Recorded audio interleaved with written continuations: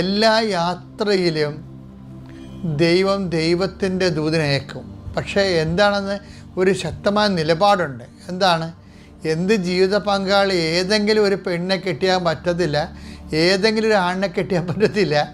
അത് ഞാൻ ഉപേക്ഷിച്ചു പോകുന്ന സ്ഥലത്തേക്ക് ഞാൻ തിരികെ എൻ്റെ ജീവിതത്തെ, എൻ്റെ കുടുംബത്തെ ജീവിതത്തെ നീ കൊണ്ടുപോകരുത്. അതൊരു നിലപാടാണത്. അതായത് നമ്മൾ ക്രിസ്തുവിൻ്റെ കൃപയിൽ വന്നവരെ അത് നഷ്ടപ്പെടുന്ന ഒരു ബന്ധത്തിലേക്ക് നമ്മൾ പോകാൻ പാടില്ലെന്ന് നമ്മൾ തീരുമാനിച്ചു കഴിഞ്ഞാൽ അപ്പോഴാണ് ദൂതൻ ഇറങ്ങണത്. എന്താണ്? നമ്മൾ നമ്മുടെ നിലപാട് വ്യക്തമാക്കി, നമ്മൾ കെട്ടിയിലേക്ക് കെട്ടത്തില്ല, പക്ഷേ എന്നാലും ദൈവത്തെ വിട്ട് നിൽക്കത്തില്ല എന്നൊരു നിലപാടില്ലേ? ആ നിലപാട് വ്യക്തമാക്കി കഴിയുമ്പോൾ എന്ത് പറ്റും? ദൈവം തന്നെ ആ വിഷയത്തിൽ ഇനിഷ്യേറ്റീവ് എടുക്കും.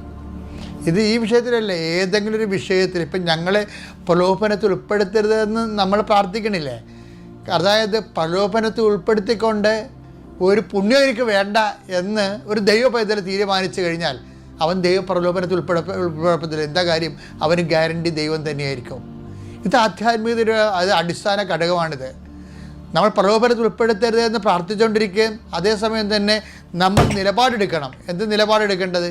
അതായത് ഞാൻ പ്രലോഭനത്തിൽ ഉൾപ്പെട്ടുകൊണ്ട് ലോകജടികമായ ആനുകൂല്യങ്ങൾ നേടിക്കൊണ്ട് എൻ്റെ ദൈവത്തിന് നിരക്കാത്തൊരു കാര്യങ്ങളിലേക്ക് എനിക്ക് ആനുകൂല്യം അവതാരവും വേണ്ട എന്ന് ഞാൻ തീരുമാനിച്ചു കഴിഞ്ഞാൽ അധ്യാത്മ ജീവിതം ഒരു നിലപാടാണ്, ധൈര്യത്തോടുകൂടി നിലപാടാണ്. അപ്പോൾ എന്തു ചെയ്യും? ദൈവത്തിൻ്റെ റിസ്ക്കാണ്. എന്തുകൊണ്ടാണ്? ദൈവം ഞാൻ നിനക്ക് മുമ്പേ എൻ്റെ ദൂതനെ വിടും. എന്താ കാര്യം? നീ ഇങ്ങനെയുള്ള ആൾ ദൈവത്തിന് പ്രഷ്യസാണ്. അവൻ നഷ്ടപ്പെടാൻ ദൈവം അനുവദിക്കത്തില്ല. അപ്പോൾ ദൈവത്തിൻ്റെ നിർമ്മലനായി മാറുക എന്ന് പറയുന്നത് ഒരു നിലപാടുള്ള ജീവിതമാണ്. ദൈവ പൈതലായിട്ട് നിലനിൽക്കണമെന്നുള്ള അദമ്യമായ ആഗ്രഹമുണ്ടവനെ സംരക്ഷിക്കേണ്ട ബാധ്യത ദൈവത്തിൻ്റെ, ആ കുടുംബത്തിനെ സംരക്ഷിക്കേണ്ട ബാധ്യത ദൈവത്തിൻ്റെതാകും.